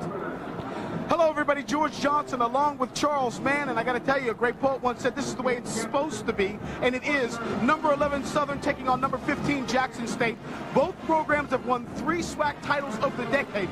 So it's only fitting in the first SWAC championship game we determine the program of the decade. We've got a lot of offense out on the field. And yet this guy right here, he's going to tell you this game's all about D. It's always all about D, George. You know that.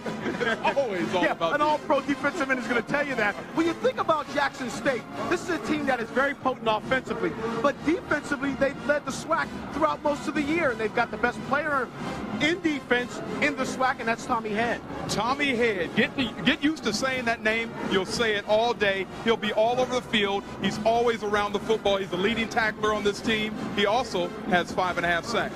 At one point this year, Southern led the nation in scoring defense. Then they ran into Florida A&M. They got a lot of guys out there that can get it done, but at the top of the list is DeMarcus Miller. DeMarcus Miller, the linebacker coach, Terrence Graves, told me there's one word to describe this kid, and that is relentless. He's only 5'10", 285 pounds. He makes a lot of plays, though.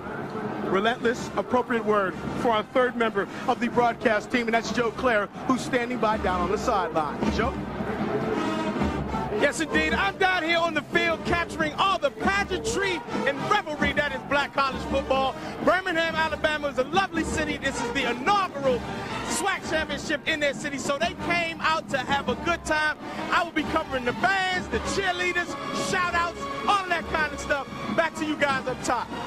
All right, thank you very much, Joe. You know, earlier this year, Southern beat Jackson State, their 4th straight win over the Tigers. But what's most impressive about Southern, they haven't lost a conference game in 25 outings. They put it on the line against Jackson State.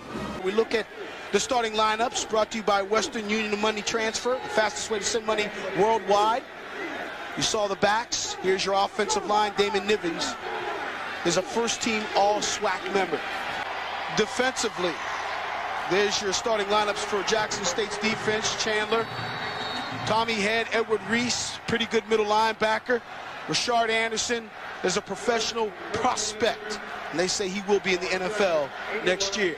It is your starting lineup, brought to you by Western Union. Mark Washington is your quarterback. Destry Wright, the all-time leading rusher in school history, is the tailback. Jeremiah Todd is an all-SWAC selection. All-SWAC team on the offense, and look how many players in this game alone. Jackson State with Wright and Morris. On offense, Kevin it looks Thomas, like Jackson State. And Jeremiah Todd, and why not? They're the #1 offense in the conference. These two teams have great defenses, and it's reflected by the All-SWAC team. I mean, 4 players from Jackson State, right. 4 players from Southern.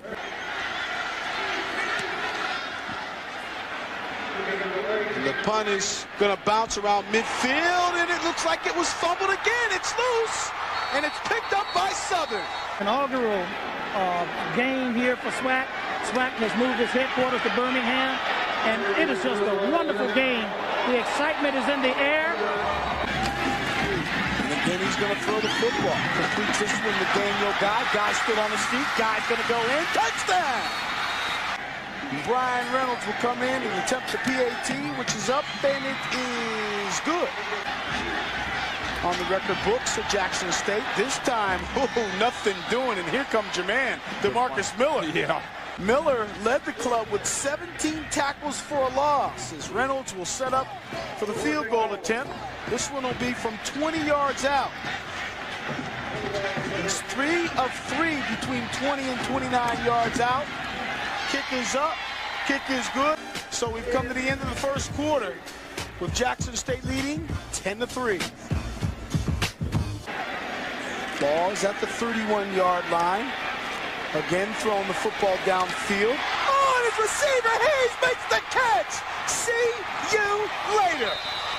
Touchdown, Southern. And every time you think Southern struggles, they come back, they make a play. They've done it all year long. Kick is up, kick is good. Second down and a yard to go. Again, they give it to Lewis. Lewis finds room. Lewis still on his feet. Lewis making a move to the outside. He's inside the 25, the 10, the 5. What a run by Ryan Lewis. 69-yard run for Ryan Lewis. And how about this? Kicks up, kicks good. halftime, George Johnson along with Charles Mann. Southern trailed in this football game 10-7. Then they reel off 14 straight points, and they do it with the big plays. And that's something that we didn't think would happen, at least from Southern's perspective. They've been able to methodically go down the field on people and win ball games, not the big plays. You saw the big play by Ryan Lewis running 69 yards, the nice throw by Terrence Levy. This is something that I don't think Jackson State thought they would see in Southern either, and they go into halftime down by 7 points. Jackson State came in the best defense out of the SWAC. And if you take a look at the highlights, you will see. All right, we are back. It is the Jaguar Journal. Good morning to everybody, man. Glad to have you guys with us. Everybody listening on our 107.3 FM, hey, across the capital city area, and everybody listening on Facebook as well as our YouTube channel. Good to have you with us. Go hit that subscribe button and hit that follow button. I ain't going to let you get away this morning without saying it. It costs you nothing, and we love to have your support. Southern University on the road today, Huntsville, Alabama. Big game against Alabama A&M and the Bulldogs. Southern coming off a loss last week on the road in Tallahassee against Florida A&M. Alabama A&M coming off a road loss last week in the Magic City Classic in Birmingham against Alabama State. And as we talk about that today, as we bring up Southern, I got to talk about it with my man Jim Klein, Peter, the Advocate. Good morning, Jim. Morning, Perry. How you doing? I'm rocking, man, already. Rocking and rolling up in Huntsville, Alabama, man. Glad to have you on. All right, Jim, let's recap last week. 24-6 loss, Southern University to Florida A&M. 202 total yards of offense. Southern not cracking the century mark in passing yards. And Noah Biden, just a tough day for him at the quarterback position, Jim. Yeah, and it's becoming all too consistent at that. I'm beginning to feel like maybe Noah plays better coming off the bench, which leads into maybe them making a change this week and going with Xavier Tset. But Noah really, really struggles, and you kind of hope that Alcorn game was a sign that maybe he was starting to come around and catch on. But his inconsistency is just killing them. Yeah, just had Charlie Neal on. Charlie, who was going to be broadcasting the game today with HBCU Go TV, basically broke news. He said Xavier Tset is going to be the starter today from his conversation with Coach Terrence Graves and talking with them. Looking at this, what was your concerns last week aside from that? Seems Southern's defense did pretty well, but then even in the return game, Southern gave up a punt return to Gassett for Florida A&M. Yeah, their special teams has been good most of the season.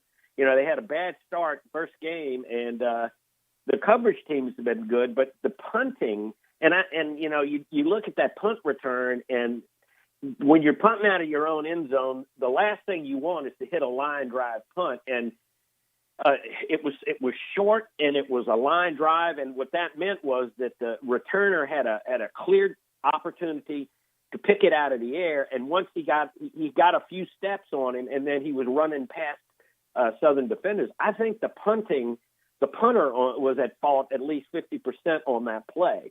You got to hang the ball up, and you got to get it downfield so you can give your coverage team a chance to get down there and cover it.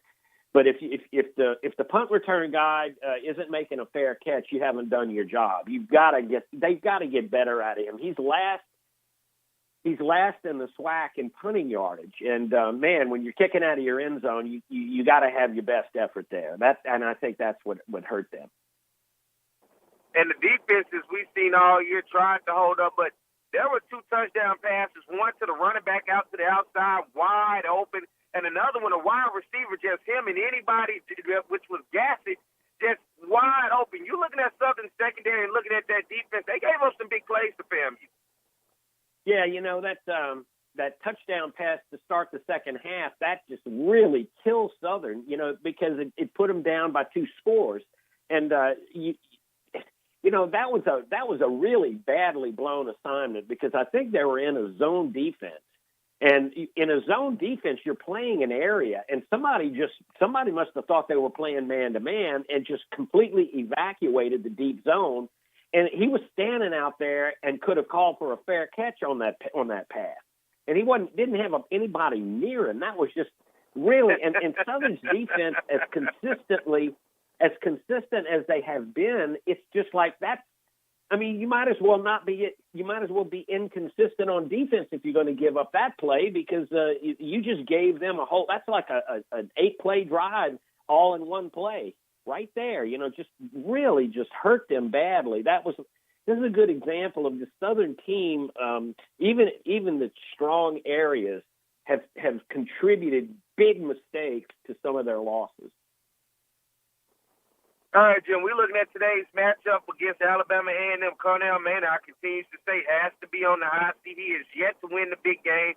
He is winless against Eddie Robinson Jr. at Alabama State. And guess what? He is winless against Southern University as a head coach.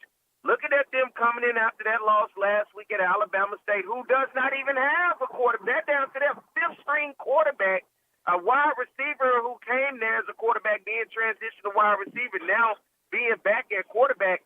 So maybe that makes Southern feel good today with the struggles at the quarterback position. But then Southern coming in with a lack of offense last week, could not get anything going on the road. 3 field goals, and I talked about this, Jim. We saw 7 points at McNeese. We saw 7 points against Nichols, and then 6 points last week.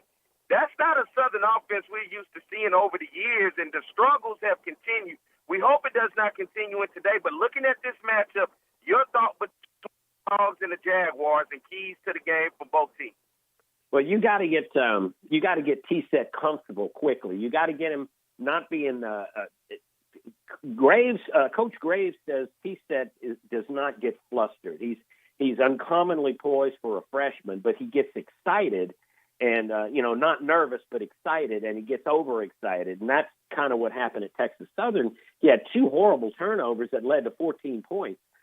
But they've got to get him going. The quarterback position has been that's directly responsible for Southern's issues, because they haven't run the ball great all year, but they've been running. They ran the ball pretty well last week. If they run the ball that well, if they get anything from the quarterback, they should be okay. But you got to get something from the quarterback, and T-Set gives them a little bit more of a running threat. And I think maybe we'll see some quarterback runs, some design quarterback runs today. And I think you'll see some rollouts and RPOs, and you'll see them getting him out away from the defense. And this is not, Jackson State's defense. And he got hurt against Jackson State in his only other start. And but this is not Jackson State's defense. Alabama A&M is always, their defense has always been a little bit loose. So I think this is a good opportunity for Southern to get a road victory, especially if T-Set can get off to a good start and he doesn't have to throw 2 or 3 touchdown passes. He just needs to get the team down the field, move the sticks, and get them into the red zone and get a few field goals, get a couple of touchdowns, and that'll be enough. And let me ask you this, Jim, before we get ready to let you go. The offensive line, your thoughts as we're headed into week 10 with them? No, I think the offensive line is starting to play better, and I think you saw it last week. They ran the ball effectively, but just couldn't finish their drives. They couldn't get the third down yards, and I mean they had a lot of third and short. Some of those they ran on and didn't get it. So, but but you got to be able to throw the ball in third. There's got to be a threat. And if teams aren't, and in the second half, Florida A&M just didn't even respect Southern's passing game. So you can't keep, throwing it all on the defense to keep stopping the other team. You can't just lean on them. Eventually they break down. They're on the field too much.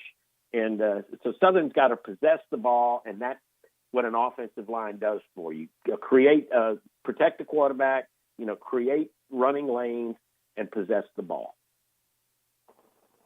And I'm sure, hope to see how Terrence Graves is going to get this team prepared. 2 long road trips back-to-back.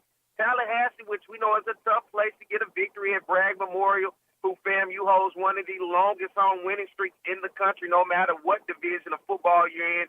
And now today taking on Alabama A&M and Cornell Maynard. It kind of feels like desperation for Alabama A&M, and that's why this could be a tough situation for Southern if Alabama A&M comes out desperate.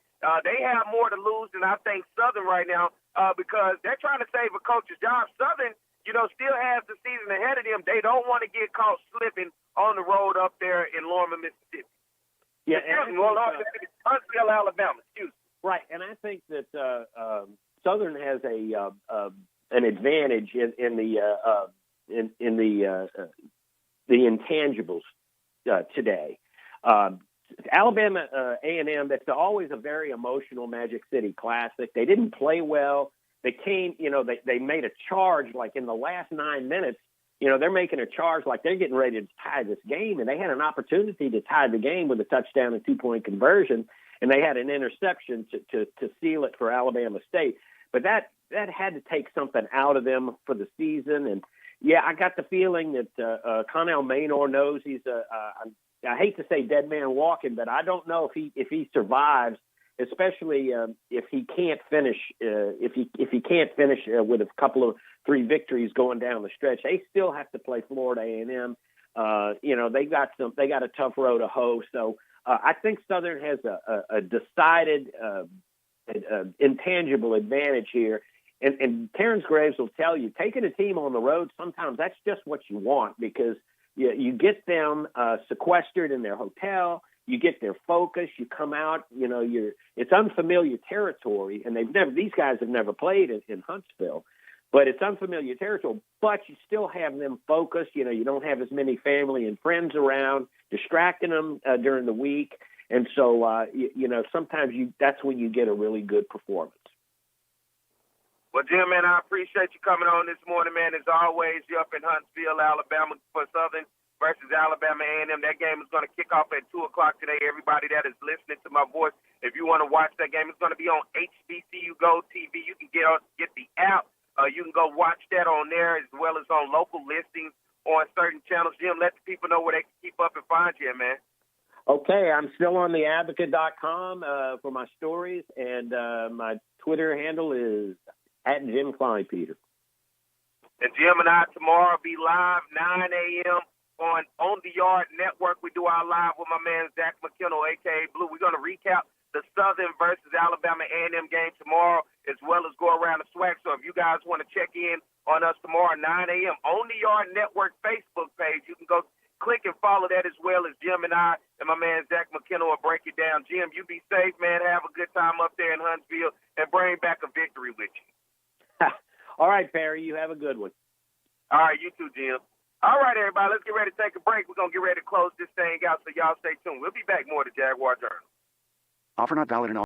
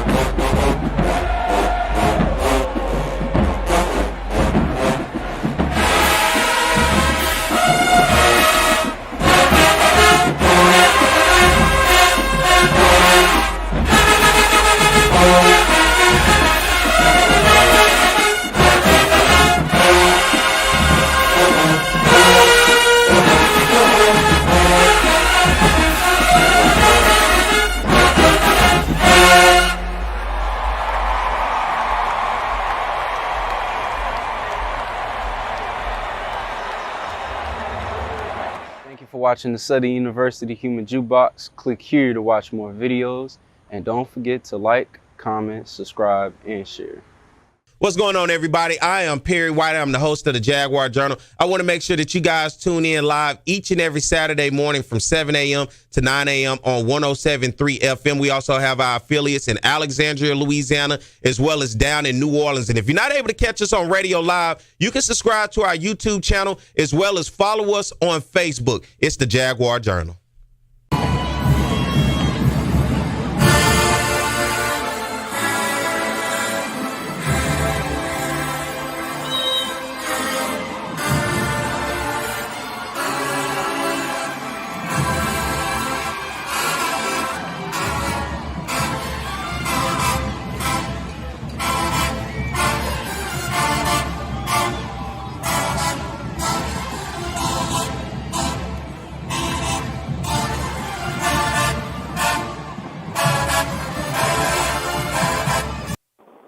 All right, everybody. It is the Jaguar Journal. Good morning. Glad to have you guys with this hell of a list of lineup of guests today.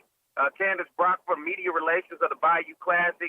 My man Joshua Sims, Senior from HBCU Nightly. Darren Bedell, the voice of the Southern University Human Jukebox, calling in, talking to me. My man Charlie Neal, HBCU Go TV. And, of course, Jim Klein, Peter, other advocate. Hey, Mike, let's go to the phone line. We got a call on the line. Good morning. P-Dub. What's going on? Good morning. What's going on, P-Dub? Who we got? What's going on? Hey, this is Brent, man. How's it going? You all right? I'm good, man. Good morning, Brent. How you doing, man? What you got for me? Oh, man, I'm just checking on you, man. Make sure, see if you dried out from last night. You okay? Oh, man, I'm dried out, and look, I'm ready to go start a whole nother day, Brent. Yes, sir. Yeah, got you, man. Just checking you out this morning, man. Hopefully the Jazz can pull this thing out because I'm not worried about, the rest of the schedule pretty much, but we just need to get a win, get back on track, and get things headed in the right direction so we can get this thing going the way we need it to be and link up with Jackson State again and let the chips fall where they may. Man, and look, I hope we can get it done, man. My fingers on the cross. I'm going to be watching the game. And, man, this should be a good one today. And let's see if Southern can close it out on the road. This will be the last true road game for Southern as the last two games at home. And then, of course, you consider the Bayou Classic at home down in New Orleans. So, listen, I'm hoping they get it done, man. Yeah, hope so, man. But we're expecting an extensive pregame scouting report from you since you're going up to J State next week, so we should know what they're going to do inside and out once we meet them in the championship game. I'll make sure I take care of it for you. Appreciate you, bro. Appreciate it. All right, we'll get at you later. All right. Yes, sir. All right, ladies and gentlemen, as we get ready to close this thing out, that was my man Brett. Last night we had a game, so I officiate football for those of you who don't know. I officiate high school football in Louisiana. We had Central versus Zachary last night. Hell of a game. Central won 14-3 over Zachary, but we were in a monsoon, ladies and gentlemen. So that's why he asked did I dry out, because I basically got pushed in the 6-foot end of the deep end of the pool, and they pulled me out, and that's just how wet I was last night as I was headed home. Back-to-back nights, because Thursday night I had Liberty versus Scotlandville at Olympia. I was drenched, and I'm not even going to tell you how I drove home after that game. And then last night, drenched again after Central and Zachary. So 2 straight nights of officiating, and we've got nothing but downpours. So I had Liberty, Scotlandville, then Central versus Zachary Thursday and Friday. So finally, no more rain in the forecast, at least for the next couple days. And so, man, I don't want to be standing in no rain no time soon. Because, as an official, it does not matter. You got to sit there and you just got to take it. And that's exactly what I did for 2 straight days, man. But nonetheless, some great football. I had an opportunity to officiate Brent last night. He and I was the short wing head linesman and line judge, so we were across from each other. Great guys, man. I had a great crew for the past 2 days as we get ready for playoffs. Next week is the last regular season week of high school football. Teams are getting themselves together for seeding and the playoffs. So I'll be moving around doing some things. And if you didn't know, I'm headed to Jackson, Mississippi. Last week I was in Pine Bluff for UAPB's homecoming. Today I'm headed to Jackson, Mississippi for Jackson State's homecoming as Jackson will be taking on UAPB. So I'm homecoming Perry. For 3 straight weeks I'm headed to homecomings. I did Southern's homecoming. I did UAPB's homecoming. Now I'm coming to do Jackson State's homecoming. So Y'all pray for me. I've been drinking a lot of water as the week's been going on, making sure I survive it out and all. But nonetheless, I'm looking forward to another great experience this week. I'm going to see how the people up in Jackson treat me. You know, I got my Southern tags on my car. I hope they don't do nothing to me. But I'll be making sure I tune in to the Southern Alabama A&M game at 2 o'clock. I hope you guys are tuned in as well. It's only going to be HBCU Gold TV. I hope you guys have enjoyed the show, man. Once again, Candace Brock, Media Relations from the Bayou Classic. My man, Darren Bedell, the voice of the Southern University Human Jukebox, coming on talking to us. My man, Joshua Sims, Sr., HBCU Nightly. Charlie Neal, the legend, the man, the myth himself of HBCU Go TV, who's going to be covering today's game with Southern and Alabama A&M. And then, you know, my main man, Jim Klein, Peter, other advocate. You guys love to read the articles. He and I will be on tomorrow with my man, Zach McKenna, a.k.a. Blue, on my On the Yard Network Facebook. So if you want to catch that, it's going to be at 9 a.m. tomorrow on the Yard Network Facebook page. Go hit that like button, and you'll be able to check us out tomorrow at 9 a.m. Want to thank my man Mike back at the studio for holding it down. As always, Mike, you do a great job. Thank everybody listening across our social media, YouTube. Hit that subscribe button on our YouTube channel. Hit that follow button and like button on our Facebook page. And then everybody out there on 107.3 FM, man, I appreciate you guys and the love and everything that you do. And as I tell you all the time, I don't think nobody listened, but I'm so surprised when you guys walk up and say, man, I listen to you. I even had people tell me that Wednesday as I did the youth league at Memorial Stadium, man, I listen to you every Saturday. So you don't know how much that means to me. And because of that, man, I love each and every one of you guys, whether you're a lover of Southern or not. Just if you just listen to wake up to hear my voice, that's all that matters, man. I don't care what color you are, white, black, brown, blue, green. It don't matter, man. I appreciate you for the support. And each and every week I try to make sure I give you guys a great show right here on the Jaguar Journal on 107.3 and across our social media and YouTube platforms. Hey, I'm about to get ready to get out of here as I'm on the road, headed to Jackson, Mississippi, headed for another homecoming. I hope you guys have a great weekend. Southern will be at home next week against Bethune-Cookman. Alabama A&M is the opponent today for the Jaguars, 2 o'clock kickoff.